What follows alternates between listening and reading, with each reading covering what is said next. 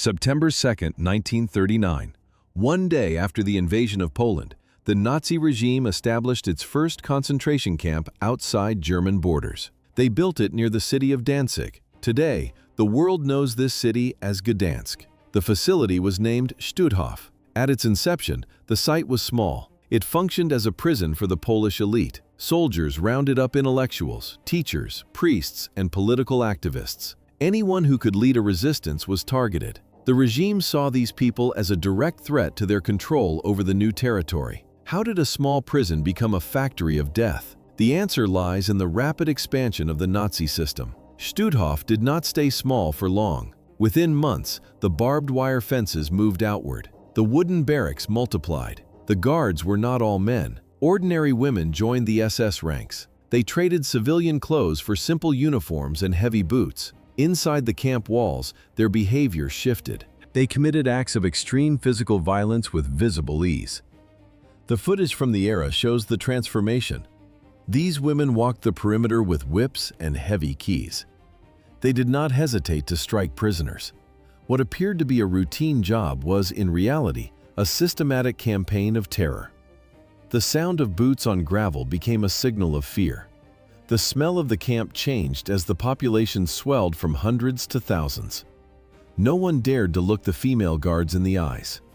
When the war ended in 1945, these women attempted to vanish. They discarded their uniforms. They burned their identification papers. They moved to new cities and took new names, hoping to blend into the starving crowd of refugees. But history had other plans. Investigators began searching for the faces from the barracks. The survivors remembered every strike and every scream. The hunt for the guards of Stutthof had only just begun. There was no turning back. September 2, 1939. The first prisoners arrived at the site. What began as a small collection of tents and wire quickly mutated into a massive industrial complex. The camp did not just grow, it evolved. Why did a local prison become a regional headquarters for death? At first, it served as a holding cell for Polish elites. But the Nazi strategy shifted. It became a central hub for systematic liquidation. Barbed wire fences stretched for miles. Watchtowers rose above the trees. Dozens of wooden barracks lined the mud. The camp expanded into 39 subcamps scattered across the region. The prisoner population changed. Thousands of Jews from every corner of Europe arrived in cattle cars. Soviet prisoners of war followed.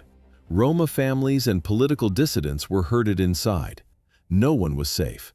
By 1945, the records show 110,000 prisoners had passed through the gates. 65,000 of them never left. They died from starvation. They died from typhus. They were beaten to death or executed with a single shot to the neck. Stutthof functioned like a factory. In 1943, engineers built a gas chamber. It could kill dozens of people in minutes. Next to it stood the crematorium. The chimneys worked day and night to dispose of the evidence. The footage shows the reality of the barracks. Prisoners lived in filth. There was no medicine and almost no food. Dysentery decimated the rows of starving men. Guards stood over them with clubs. They forced prisoners to labor until their hearts stopped. They marched them into the freezing snow and watched them turn into ice. But this was only the beginning. The camp was a machine of suffering. At first glance, a standard concentration camp. But in reality, a place where the cruelty had a different face. Female guards took an active role in the violence. The camera records their presence. These were not office workers or support staff. They were trained killers. They wore uniforms and carried heavy whips. They barked orders at the men and women in rags. They took part in the selections. They administered the punishments. Their hands were as bloodied as those of the SS men. Events accelerated in the final months. As the Soviet army approached, the guards tried to hide the truth. They burned documents and moved prisoners on death marches. But the evidence remained. When the world finally entered the gates, the shock was total. The presence of female executioners created a specific kind of outrage. People demanded a reckoning. The trial was no longer a possibility, it was a necessity. The investigation into Stutthof began immediately. The war had to end first. Only then did the hunt for the guards begin. The decision to recruit women came from a simple problem. The Nazi system was expanding too fast. It grew beyond the control of men alone. As the state deported more Jews, Poles, and political prisoners to the camps, the SS faced a personnel crisis. They were short on staff. They needed bodies to man the towers and walk the perimeters. Why did they choose ordinary civilians? There were no other options. The SS turned to women across Germany and the occupied territories. These were not trained soldiers. They were secretaries, nurses, and farm girls looking for a steady paycheck. Most had never held a weapon. Many were barely 20 years old. They saw a job posting and they signed the contract. But the transformation began immediately. They were sent to Ravensbrück or straight into the camps for rapid training. The footage from the era shows the change. The civilian clothes were replaced by sharp gray uniforms. The soft expressions disappeared. They were taught how to handle attack dogs. They were taught where to strike a prisoner to ensure obedience. They were taught that violence was the only language of the camp. There was no turning back. Their new title was Aufseherinnen. It translates to female overseer. On paper, it was a clerical position, but in reality, it was a license for brutality. This title gave young, inexperienced women absolute power over life and death. At Stutthof, 30 of these women joined the camp hierarchy. Their primary task was the management of the women's section. This sector of the camp was growing every day. The sound of heavy boots on gravel became a constant. The women moved in squads, carrying whips and keys. They were no longer secretaries. They were the machinery of the Holocaust. Thus, the system stabilized. 1944, the final phase of the conflict. The female guards carried whips, heavy sticks, and holstered pistols. They did not just watch the prisoners, they screamed, insulted, kicked, and slapped them every single day. Most of the time, there was no reason for the violence. If an inmate collapsed from hunger or exhaustion, the guards reacted with force. They did not offer help, they delivered punishment. The sound of leather hitting skin became a constant background noise in the camps. Over time, the brutality increased. These women began to enjoy the logistics of death. They controlled the lists for forced labor. They decided who was too weak to work. A single pointed finger at a sick prisoner meant an immediate trip to the gas chamber. These women were not simple assistants to the male SS officers. In the frame of history, they stand as independent actors. They made life and death decisions without consulting superiors. They held absolute power over the barracks. One name stands out: Jenny-Wanda Barkmann. She was born in Hamburg in 1922. Before the war, she worked as a fashion model. She walked the city streets in high-end clothing, praised for her looks and charm. But her career path shifted violently. She entered the world of fashion, but she exited in a gray uniform. Barkmann arrived at the Stutthof concentration camp in 1944. The elegance of the runway vanished. It was replaced by something cold and functional. She was assigned to the selection process. This was the mechanism used to filter thousands of women and children toward the gas chambers. The footage of the era shows the scale of the operations. Barkmann did not hesitate. Witnesses saw her walking through the campgrounds with a whip gripped in her hand. She used it on the weakest inmates she could find. Survivors remembered her specific style of work. It was characterized by cold precision. She was not just another face in the ranks. She became a symbol of beauty, used for the purpose of mass murder. The contrast was sharp. On one side, the refined model. On the other, the guard deciding who lives and who dies. There was no turning back. Events accelerated as the Red Army approached. Barkmann fled the camp in 1945. She tried to hide in the ruins of post-war Germany, but the hunt for camp personnel had already begun. The court delivered its verdict later. 23 years old. That was the age of the woman who combined visual elegance with absolute brutality. She possessed no military training and no prior experience with firearms. Despite this, she embraced her new authority within the camp walls. Witnesses reported a specific detail. Even the veteran male guards felt a sense of shock. They watched her display complete confidence during public executions. Her transformation was not an accident. It was not born of ignorance or a lack of understanding. It was a deliberate choice. She looked at the machinery of death and decided to become a functional part of it. She did not look away. She stepped forward. How does a teacher become a killer? At first glance, a protector of children, but in reality, a source of terror. Eva Paradis was born in 1920. Her professional background was in education. Her daily routine once involved guiding students, maintaining discipline, and ensuring the safety of the young. But in Nazi Germany, the definition of education changed. The classroom was replaced by the barracks. In 1944, she joined the SS Women's Auxiliary Corps. Her orders sent her to the Stutthof concentration camp. Upon arrival, she discarded every trace of her former life. The transition was immediate. Witnesses described her behavior as unpredictable. She was known for her cruelty. The footage of survivors' testimonies reveals the details. Paradis would grab emaciated women by the hair. She dragged them across the dirt. She shoved them into the cold ground and beat them with wooden sticks. The violence was not an occasional outburst. It was a standard procedure. It was routine. Prisoners stated that she appeared to find satisfaction in the humiliation of the sick. She did not simply lose her empathy. She replaced it with active aggression. Events accelerated. Elizabeth Becker followed a similar path. She had no history in law, politics, or the police force. Before the war, her environment was entirely different. She worked at a cinema. Her world was composed of film reels, stories, and fiction. But the reality of the camp was not a movie. When she arrived at the gates, the fiction ended. The sound of heavy boots on gravel replaced the music of the theater. She moved from the ticket booth to the guard tower. She adapted quickly. There was no turning back. September 1944. Gerda Steinhoff entered the gates of the Stutthof concentration camp. Before this, she lived an ordinary life. She was born in 1922 and worked as a domestic servant. She cooked meals, cleaned houses, and cared for children. There was no history of violence in her records. She had no specialized training in military discipline or prisoner control. But the transformation was immediate. How does a domestic worker become a killer? The answer is simple. She adapted to the system. Within 14 days, she was wearing the SS uniform. She began enforcing camp regulations with absolute precision.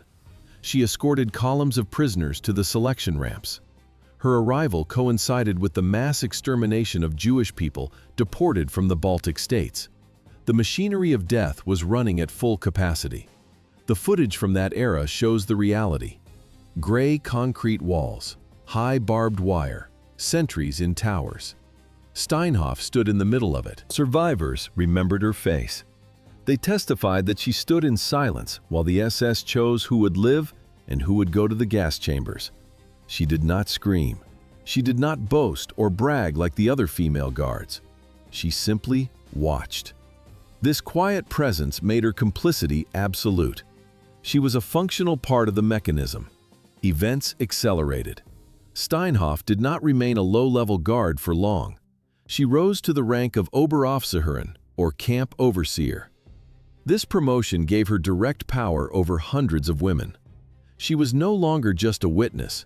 She was a decision-maker.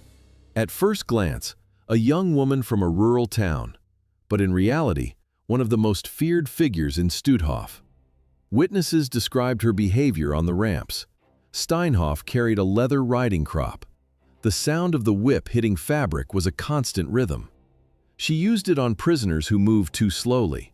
She used it on those who spoke out of turn. According to survivor accounts, she often smiled while picking out victims for execution. This chilling calmness became her trademark. The camera records the aftermath, piles of discarded shoes and empty barracks. Steinhoff did not just follow orders. She asserted her authority with visible pleasure. She moved through the mud of the camp with the confidence of a predator. 5 months of service was all it took to erase her previous life. Ordinary people became instruments of genocide. The transition was seamless. Thus ended her transformation from a servant to a shadow of the gallows. January 1945. The war entered its final stage.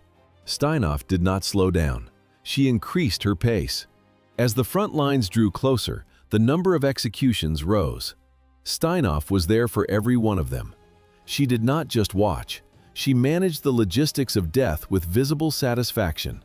Her promotions were not accidental. High-ranking officers noticed her ambition. She wanted more power. She wanted more blood. Wanda Barkmann had a different background. She was a civilian. She spent years working in a jam factory, boiling fruit and sealing jars. Later, she lived a quiet life as a housewife. That life ended when she joined the SS Auxiliary Services. She stepped into the Stutthof concentration camp with total confidence. There was no hesitation in her walk. The footage of her from the era shows a woman who found her calling. Barkmann was loud. She was aggressive. Survivors remembered the sound of her voice before they saw her face.